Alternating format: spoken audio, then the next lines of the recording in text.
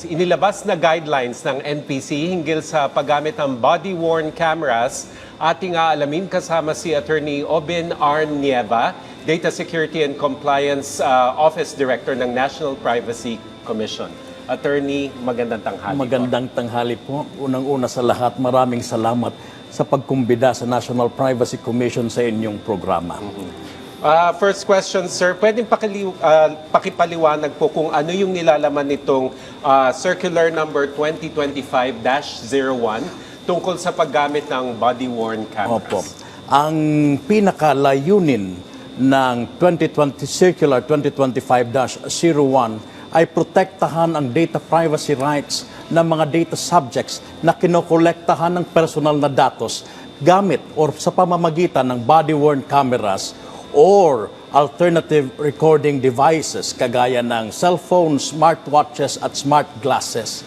Isang layunin din ito ay upang magkaroon ng accountability sa mga police or mga security guards na gumagamit at sa mga vloggers din na gumagamit ng body-worn cameras sa paggawa o sa pagsulong ng kanilang mga trabaho. So, sir, ano po yung dahilan sa likod nitong bagong panuntunan sa paggamit nitong mga recording devices para sa ating mga Ang isang dahilan nito ay yung pag-angat o pagdami ng bilang na gumagamit ng body-worn camera sa kanilang mga operasyon o sa kanilang mga normal na trabaho. Lalong-lalo na nasa digital era tayo upang maiwasan natin ang pag-aabuso ng mga kinokolektang personal na datos sa pamamagitan ng body-worn cameras. Para po sa mga nagpapatupad ng batas, ano po yung mga dagdag na alituntunin o pagbabago na kailangan nilang sundin? Obviously, may responsibility sa paggamit ng body-worn cameras. Ang isa sa pinaka-importanting dagdag na obligasyon nila na gawin ay yung transparency o privacy notice. Kailangan kapag nagpapasatupad ka ng iyong operasyon, ang personal information controller ay dapat atasan niya yung kanyang kapulisan na magkaroon ng privacy notice na nagkakaroon ng recording na nangyayari doon sa operasyon na yon. Kailangan may visual indicator na naka-record na yung operation na yun, na kinukuhanan na sila ng personal na datos.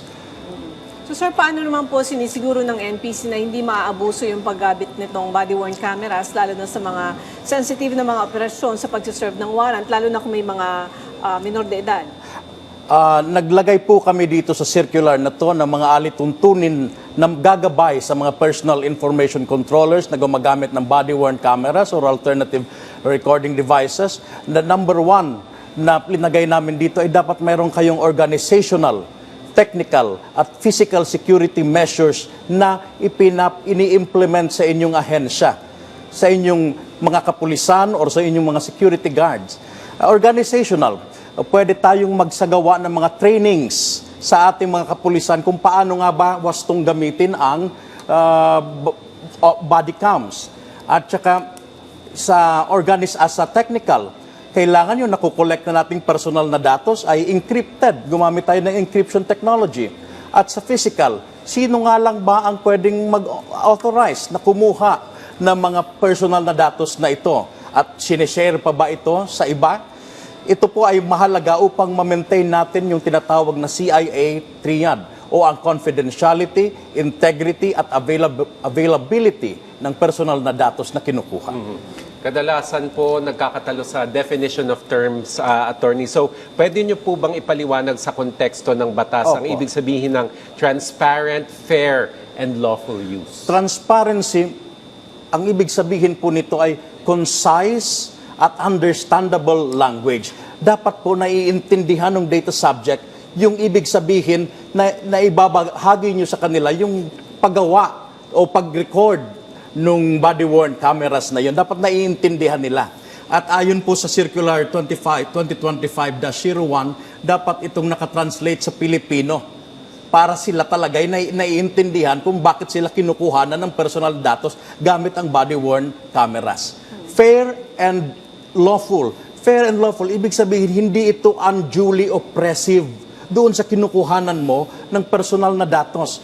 Unduly oppressive, ibig sabihin hindi ito namamahiya ka na sa pagkuha mo ng personal na datos, sa visual and audio recording mo. Niyayapakan mo na ang kanyang pagkatao. yan ang avoiding unduly oppressive recordings.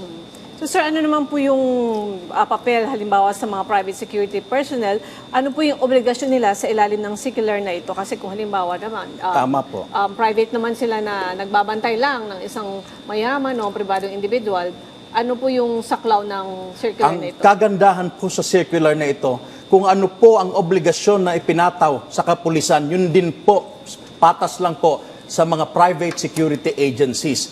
Kagaya po ng meron dapat kayong legal basis o lawful basis sa pagkolekta ng personal na datos gamit ang body-worn cameras.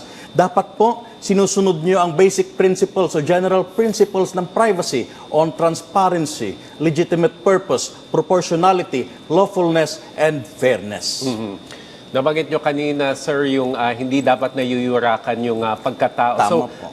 paano nyo po masasabi na yung personal data na po yung nakakapture doon sa body cam at paano kung hindi ako yung main subject, kunyari incidental lang ako, ano po yung rights ko rin na dapat maprotektahan?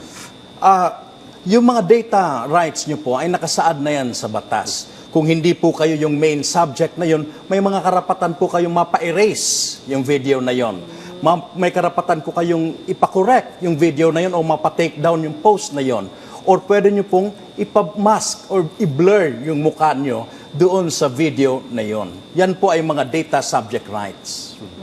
So sir, para naman doon sa mga vloggers, ano yung, ito yung mga sinasabi niya, Opo. yung mga nasagasaan lang ng video, ganyan. Para naman doon sa mga vloggers and content creator, ano naman po yung dapat gawin para kung sakaling sila rin ay magpa-take down or may mga taong gustong magpa-take down din sa kanilang mga vlogs? Tama po. Kung wari po ako ay vlogger, nandoon po ako sa isang public place or semi-public place. Ako po ay nagsasayaw-sayaw doon at sa nagkataon may mga bystander o mga tao sa paligid ko na nakuhanan ko ng video. Ang importante po dito, sabi sa circular, dapat doon sa social media platform mo, meron kang privacy notice na ito ang paggagamitan ng video na yon. Ano yung mga mechanism kung paano i-exercise ng data subjects na nakuhanan ko na ma-exercise nila yung kanilang data subject rights. Kagaya ng erasure, correction, pag-blur, pag-mask, o pag-take down ng post. Isa pa pong importante dito ay dapat ang vlogger, inaatasan po ng circular na ito, ay gumamit ng isang teknolohiya ng masking. I-mask nyo po, i-blur nyo po ang mga muka, lalo na ng mga bata at ang mga miyembro ng society na vulnerable, kagaya ng elderly and PWDs. In terms of penalties naman, sir, dun sa mga lalabag po dito, ano po yung pwede nilang kaharapin na parusa? Under the circular po, haharap sila sa mga kasong administratibo, civil at kriminal. Wala pa po dyan yung mga admin fines na pwedeng ipataw according to the circular on admin fines ng NPC.